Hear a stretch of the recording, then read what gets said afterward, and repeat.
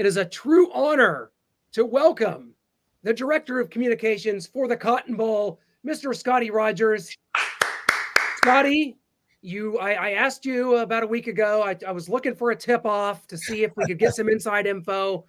But as we learned last week when we had the CEO of the Peach Bowl on as well, you guys found out when we found out. That's how it works for the New Year's Six, isn't it?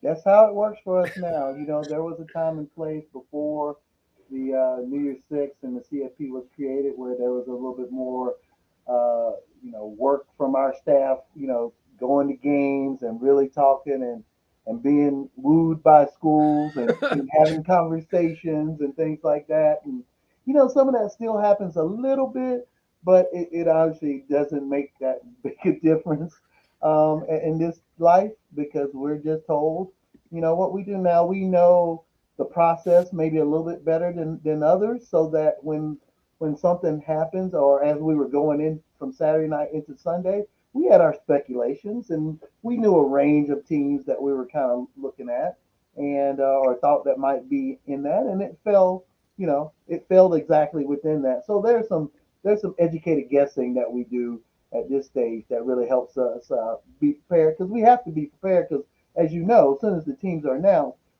multiple things have to happen very quickly. Yeah, absolutely. And Missouri has a history in the Cotton Bowl. Forget that 1946 loss to Texas, 40-27. Oh, I'm still hung up on that. I know you are, Clint. I'm sorry to bring that up. But 2014, they beat Oklahoma State 41-31. People like you skipped one there. I want to bring up 2008, of course. They beat Arkansas 38-7. 281 yards, 4 touchdowns by Tony Temple, who just went in the Cotton Bowl Hall of Fame. So how cool is it that Missouri is now playing in this Cotton Bowl? Well, actually, Gary Pinkel also went in that Hall of Fame as well. I mean, and on the strength of those 2 wins that you just mentioned, and Tony Temple was here, and obviously Coach Pinkel was here for the Hall of Fame induction ceremony back in May, and Tony looked like he could probably still get a few yards if you give him the ball. But yeah, I think that's sometimes in sports you just have these ironic things or just poetic justice happen, and then for Missouri to be in our game this year in a year that we put 2 of some of their biggest names in our Hall of Fame, probably just it's just nice poetic justice for everything that's Tiger Nation. Scottie, when we met you at SEC Media Days this year, I did not foresee really a circumstance in which we'd be linking back up, coming down to Dallas and covering Missouri in a Cotton Bowl in a New Year's Six game. For Missouri to be here this 10-2 season, Eli Drinkwitz was just named AP SEC Coach of the Year. Cody Schrader, an all-SEC performer. Missouri's got Darius Robinson, defensive lineman, all-SEC player, and Luther Burden just exploded on the scene. Just to see this Missouri team and what they've done and what they've been able to do this season, what you get out of that is an excited fan base that had their expectations exceeded, which aided in the allotment of tickets selling out almost immediately for Missouri. So it's a win-win situation. This marriage just seems like a perfect situation here. It truly is, and because many of the people that are tied to Missouri was there when they came in those previous 2 appearances that you just mentioned. So it's like family coming back home a little bit. It's been a little too long because it's been close to 10 years since I've been here. Coach Drinkwitz, I had a chance to interact with him when I worked at the Sun Belt and in the year that he was the head coach at App State. So I had a little knowledge of him and a little interaction with him. So and was able to reconnect with him on Sunday and look forward to having him and his staff and folks there. So, it really is. Missouri put together just a quality season. You talk about 10-2, you talk about the wins that they have, you talk about that program getting to the place that it is in that conference and trying to become an annual power in that conference that can potentially play in the conference championship game or play for the conference championship. And really put itself in position. Now going forward, we don't want to talk too much about next year, but going forward to be able to be in position to be considered in the top 12, 15 teams in the country so that's going to be the goal really every year. The goal is going to change for these teams now. It's not about 4, it's going to be about 12. This year it's about 4 and it's about but it's also about the great matchups that we have in our New Year's Six Bowl game. And look, we got 2 programs that's got with Missouri and then with Ohio State on the other side and all the history that they have in the season that they've had, it's just going to be a quality matchup. And AT&T Stadium is going to be rocking under the Friday night lights on December 29th. Absolutely. And there's a lot of talk about Ohio State quarterback Kyle McCord in the transfer portal, but a lot of people forget in spring ball, he was in a battle with freshman Devin Brown. And so that was a battle kind of all the way up until the start of the season. So Ohio State, just talk about how they're just still a very talented and more than capable team coming into this Cotton Bowl. Look, I was listening to something earlier, maybe it was yesterday actually, and somebody said when it comes to teams at that level like Ohio State, yes, you may have some players opt out, but you got a 5-star sitting on the bench that's been sitting on the bench all season long, who's prepped and ready to go. That's gotten a lot of reps, probably got some reps, probably some second team, third team reps, and maybe play and maybe a contributor according to the position. So yes, it's going to be a challenge when you don't have certain people in the game. That happened last year with us with USC and Tulane. Look how that game turned out. Exactly. Yes. So USC was still USC. And I think Ohio State will be Ohio State when they come here and get ready to play Missouri in our game. This is going to sound hyperbolic and kind of over the top, but I'm just an unabashed fan of the Cotton Bowl. It's always had this lore to it to me growing up, and to see Missouri get there in 2008, 2014, and to come back, it just seems like a perfect date. Whereas the other New Year's Six, you got to think the Fiesta Bowl's on New Year's Eve, and the Peach Bowl's the 30th. For you guys to have that Friday night slot, you got Missouri. When we're in Kansas City, it's 7.5 hour drive to Dallas. Man, there's just something about this that, just from a personal standpoint, from I know kind of representing a lot of Missouri fans, that this just has a really huge cachet to it. And also talk about some of the events maybe leading up to the Cotton Bowl, surrounding it. I know there's always events going on and things like that. So for those that are coming down, kind of set the scene for what fans can expect in the fan experience here. We got a lot of things going on, especially in and around the Arlington area on the day before the game and the day of the game. The day before the game, we will have our Goodyear Ho Up Fan Fest right outside of the stadium in the West Plaza where fans go. And this is all free, where they can go and interact. And then within that, after it opens, an hour after it opens, we have Battle of the Bands. So both bands will be there and the Spirit Squads will be there. And then you can go and enjoy it, and they'll be battling each other, and it's a lot of fun. I mean, last year Robert Griffin III was out there dancing and with the bands and was just having a good time. So expect a lot of fun. That's just a great event. And then right up the street, you can go to Cotton Bowl Live, presented by Dr. Pepper at Texas Live, which is a free concert, in Texas Live, which is the multi-purpose entertainment area that's right up the street from AT&T Stadium, where fans can go in and hear a great concert. The bands is yet to be determined, but I'm hearing rumors that they're looking at some bands that may have some ties to both of those school areas. So it may be a band that people know. If you are a Missouri fan and you Columbia or Columbus in Ohio State. So that's I don't know if it's all finalized yet, but that's the rumor I'm hearing. Look forward to that. So then the Fan Fest opens up on game day as well. You got to have a ticket to get into the Fan Fest on game day. But you got that going on as well. And by the way, the day after our game, the Cowboys play too. So, so one of the reasons why our game got moved to Friday night is because the NFL chose the Cowboys to play in a Saturday night game. So operationally, that creates some challenges for us. As far, especially after the game, because they have to truly get into converting the stadium quickly after our game is over to get ready for Cowboys, because it's a completely different field. They have to take up the field and pick up the college field, put down the NFL field, clean the entire stadium that can hold 100,000 people. So, you got to think about all the spaces and places that's got to be changed and cleaned up and transitioned to get ready for a game the next day. But they've done this multiple times. But we are extremely blessed to be in what we think is the greatest stadium in the world as far as AT&T Stadium, and our relationship with the Jones family and Jerry Jones and the folks at the stadium, what they've done for our game. This is, crazy to say, but this will be our 15th game in AT&T Stadium. Wow. So the fact that we've already gotten that far into this relationship at our stadium, and you walk into our stadium now, and I hope the Missouri fans and Ohio State fans, when they walk in, this stadium is 15 plus years old, but when you walk into it, it's going to look like it's brand new. Oh, 100%. We were excited. We cannot wait for that, as well as all Missouri and Ohio State fans coming down there. But we've heard the Cotton Bowl is also top of the line in hospitality. Just talk about that and just how they greet people and then the other advantages of playing in the Cotton Bowl.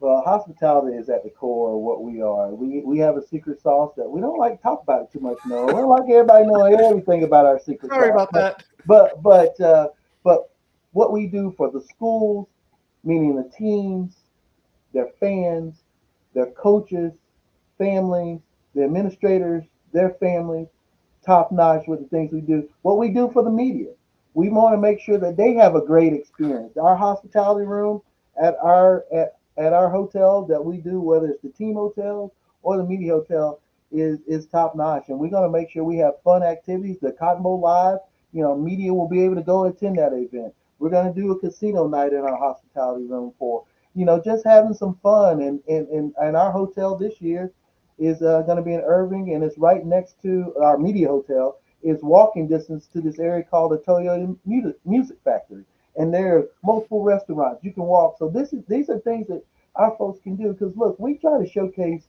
North Texas. There's a reason why when we talk about our area, we say North Texas, and we don't just say Arlington or we don't just say Dallas, because things that happen in this area during our week is all over what they used to call the Metroplex. So whether it's in Arlington or Irving or Dallas or Grapevine or Fort Worth, I can name 10 more different cities, but there's always stuff going on that maybe not connected to our game necessarily.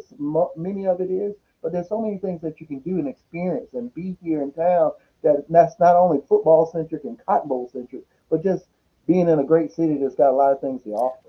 Well, Scottie, we know how wonderful you are at your job. We met you back at SEC Media Days, but you got to be honest, you're an Alabama graduate. So how much of this just exuberance and excitement for what we have coming up at the Cotton Bowl is because your Crimson Tide got into the college football playoff? And by the way, I got to say, I'm glad they did. Noah and I both were championing that, and I think the committee got it right.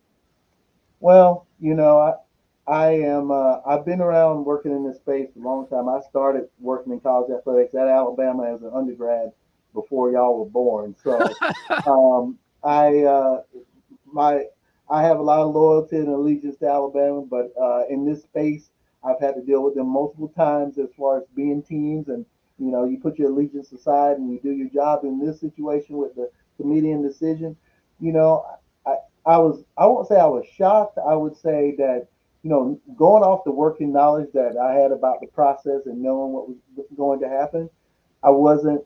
I was very glad for Alabama for the obvious reason of being an alum, but I also know that they had a very difficult decision going on in there, and I figured that decision had kind of a was going to swing one or two ways, and it swung the way of Alabama and Texas. Because frankly, I think that the way it came down, from all indications and conversation, it was really hard to break those two apart. If you were going to take one, you're probably going to take the other. And on the other side, if you're going to take, if you're going to leave in Florida State, you're probably going to take Georgia and leave them in as well. I kind of felt like that was kind of a, not saying that they were totally tied together like that, but it just seems like that if you put those two scenarios and you talk those through, you could make one of those, you could make both of those make sense. And they picked the one based upon, the knowledge that they had. And, that's probably one of the hardest decisions that's been made in that type of setting, whether you're talking about college football or college basketball, that people were talking about that. So, kudos to them for making the decision and going through the processes, because, in my career, I worked on the women's basketball tournament side at NCAA. So I've been in a selection room 5 times and know what those processes are. And when you're talking, when you got those committee members and staff, you're just sitting there kind of supplying information. It's a lot of stuff going on, and when you're on hour 3, 4, 5, 6 talking about something, it's challenging to stay focused. It's challenging to process all the information and make a decision. And they made a tough one. And you know what? They came out, they made it, they said it, and they've lived with it. And whether you agree with it or not, you got to respect it. Mm-hmm. Do you think they've remedied that, moving to the 12 team, or now we're going to be fighting over 13 and 14? And they were, that's unfair that they got left out. And look, we 64 wasn't enough in basketball, so we had to go to 68. 4 wasn't enough in football, we got to go to 12. So, yes, there is going to be a conversation about 12, 13, and 14 going forward. It'll probably be as passionate as 4, 5, and 6, 3, 4, 5, and 6 were this past year. So, I think, look, that's going to create, a whole different scenario as it relates to college football, and especially in the bowl space, with what we have to do and how we're going to have to adjust. There's going to be some adjustments, some things that we're going to have to tweak, some things that are, going to go away. But, the one word that I like to use, and we've been using, that we got to reimagine, from the bowl perspective. We're going to have to reimagine our week, because our week is not going to be a week. It's going to be more, 3 or 4 days based upon the year. So that means we're going to have to be a little bit more creative. And some of the things we do, we're going to have to, bring some things together and make it a little bit tighter. But we're still going to do what we do that's made us great. You talk about being biased about the Cotton Bowl, Clint. You said that earlier. I'm very fortunate. This is going to be my 25th Cotton Bowl to work, and I'm 50 years old. So you do that math. So I'm excited about what we do. I got a passion for this game and what it does, not only as a college football game and a college football entity, but what we do in the community is so important, and we do so much. And I think over time, here in the next few years, you're probably going to see a little bit more coming from us to make sure that we let people know not only impactful. I was very fortunate a few weeks ago to go up to Penn State and the Penn State Rutgers game and present an endowment that we're creating at Penn State to recognize Wally Triplett and Denny Hargert being the first 2 black players to play in our game, and that was 75 years ago. And this is so we gave a $75,000 donation to endow this player development program that they're going to have there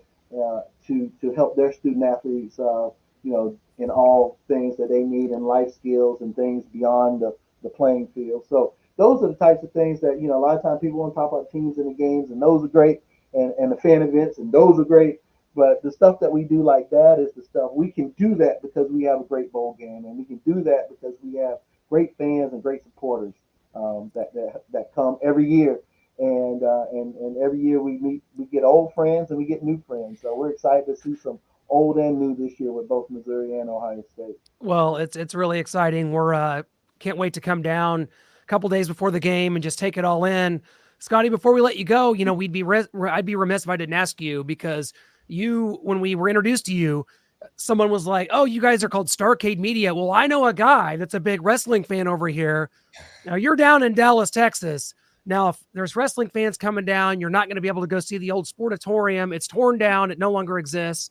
But with this movie coming out, The Iron Claw, the story of the Von Erichs, do you have memories of watching the Von Erichs? Are you excited about this movie and just kind of the history of wrestling in Texas? Because the old Sportatorium, and that's like just such an iconic venue back then, and just kind of what your overall thoughts are on the movie.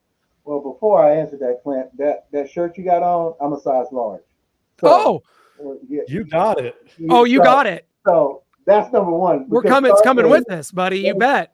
Let me tell you something. I grew up watching Starcade. I grew up watching WCW, NWA. I've been a wrestling fan all my life. I mean, 505 on Saturday used to be, that was a point of viewing. I used to watch the racing show that came on right before with David Spain and all that. I mean, because I watched those 5 minutes because 505 was so odd to be that. But just going to the high school gyms and some of the small arenas back in the day that grew up. I grew up watching the Von Erichs, watching the Armstrongs, watching wrestlers like Ric Flair and Harley Race, and Dusty Rhodes is probably one of my all-time favorites. Obviously Hulk Hogan, everything. I mean, the war between WCW and the WWF at the time was probably one of the greatest times ever to be a wrestling fan. When it was Nitro versus Raw, I mean, I was spinning like a top every Monday. So it was just unbelievable. And now obviously, but I'm watching all the other stuff too. I'm watching AEW now. I'm watching some of the other things. Sure. Ring of Honor. They're merging in with a little bit with AEW and some of the things. And You know, I tell you what, after bowl season, I'm gonna spend a day binge watching Dark Side of the Ring. I have not on Vice. I have not watched a lot of episodes recently because of my schedule, but I'm gonna give myself a day and I'm just gonna catch up on some of those because some of those I've watched a few of them and man, they had me the emotions were coming Mm. out, Yeah. so because those are some story. But talking about the Von Erichs, I mean, you're talking about one of the true foundational families in modern wrestling history. Kevin Von Erich was at a Cowboys game like I don't know 3 weeks ago. Wow. He was up and they had him up on the video board, and I tell you, I look forward to seeing that movie. I know a lot of people, say what they want to about wrestling or entertainment or whatever they call it now, but I grew up in Alabama. We call it wrestling. So and I watch it, and I can tell you right now. I mean, look, the XFL and what some of their other venues, but I tell some young people when I talk to them all the time, you want to learn how to market a sports entity, you better go look at the WWE. What they Wow. do on social. I had a chance to go to one WrestleMania when it was in New Orleans. You truly see people from 8 to 80, Yeah. all colors, all backgrounds, Yeah. all set, that are there, and they're there. And you go like I went to one of the trade shows at one of the hotels, and I got to meet Tony Atlas. I mean, Tony Atlas is probably I don't know 70 years old. His Yeah. arm is still that big. Yeah. It's like unbelievable. So it's just a unique thing, and I'm looking forward to seeing that video. I mean, obviously in the state of Texas, the Von Erichs, but you had people like the Briscoes and some of these huge names, families that in wrestling. So I am overly excited to see it. I love the documentaries a little bit more because they're a Yeah. little more real. This is obviously going to have some license in it because it's a movie, but I'm still going to watch it, and I'm definitely looking forward to it. We'll have to come back on. We have to have a movie Oh, review. Yes. absolutely. I tell you, Bruce Pritchard's already kind of said, hey, this movie takes a lot of liberties. There's a lot of people that have already said, hey, this is Hollywood. We know what this is. We know what happens. But I am fearful for my emotions and what this is going to be because from the look of the trailer and the intensity of it and the music, and then just knowing the tragedy of this story. I mean, Kerry Von Erich, when he came to WWF as the Texas Tornado, when he's the modern day warrior down in Texas, all that, like to know like what happens. We know how this ends.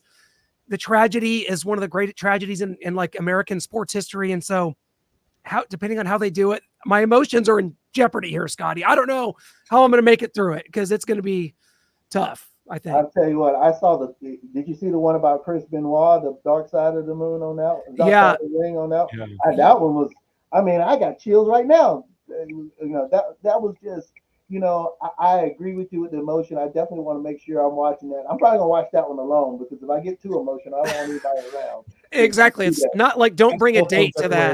hilarious. Yeah, no, no, that is not a date or group situation for Um, watching. That is solo watching at the house. But no, I agree. It's the what is happening in the world of wrestling in the last 10 to 15 years has just been phenomenal. Honestly, the brand, what they do, how they do, all the things that I like that they've showcased more of their non in ring side and the things they do in the community and what they affect in the community. But like I said, when I went to WrestleMania and I've been to a couple other big shows, I mean, it's just the people. You walk around and you are it is unbelievable the diversity in people that are yeah. watching wrestling. And if people don't know that, you need to go check it out. Their numbers are their numbers for a reason. Because I'm in my 50s, I've been watching wrestling since I was a kid, and I'm gonna be watching wrestling till I probably leave this place because it's just something that is just I'm just tied to it. You're tied to the storylines. You always want to know what's going on, the new storylines, the new things, what's real, what's kind of real, what's sort of fake, but not really fake, but kind of real, but fake, but real. And it all just keeps you all engaged. And it keeps me engaged. And I love sitting down with folks like y'all that talk about it. And, Jesse Kelsey with Hammond Communications Group was the one that introduced me to y'all at SEC Media Days. And Yes. Alex is a longtime friend, and we talk wrestling. We text every now and again about stuff, and it's just a beautiful thing. Scottie, can't tell you how much we're looking forward to coming down, to seeing you, getting able to hang out again in person, and to just take this moment in, because we've been there all season from the moment, Harrison Mevis made the 61-yard field goal against Kansas State. We were in Georgia when Missouri went toe-to-toe with the Georgia Bulldogs, or when they came back and steamrolled Tennessee en route to this 10-2 season, one of the most special in recent memory. So all of this to coincide with a holiday trip down to Dallas where they actually have In-N-Out burgers. I'm telling you, December can't get over with fast enough. I'm ready for December 29th. Yeah, you're gonna have to do some planning on your food. Come on. You're gonna have to eat, because we're gonna make sure you're fed. You're gonna be always fed when you come down here. I know. And we got our friend celebrity chef Tim Love, we promised we'd stop in at he's got a couple places in Fort Worth. So we're definitely planning out the food, but you got to get, when you're when you're in Missouri, you don't have In-N-Out burger. I know it seems like yesterday's news to you guys, but we have to take it when we can get it, so. Absolutely. You got to go get it. So you got plenty of options. So I definitely agree with you with making sure you put that on your list. Scottie, thank you so much. See you here in just a couple weeks. Have a great holiday season. Merry Christmas and all that. We'll see you here in just a few weeks, my friend. Absolutely. Be safe. You bet.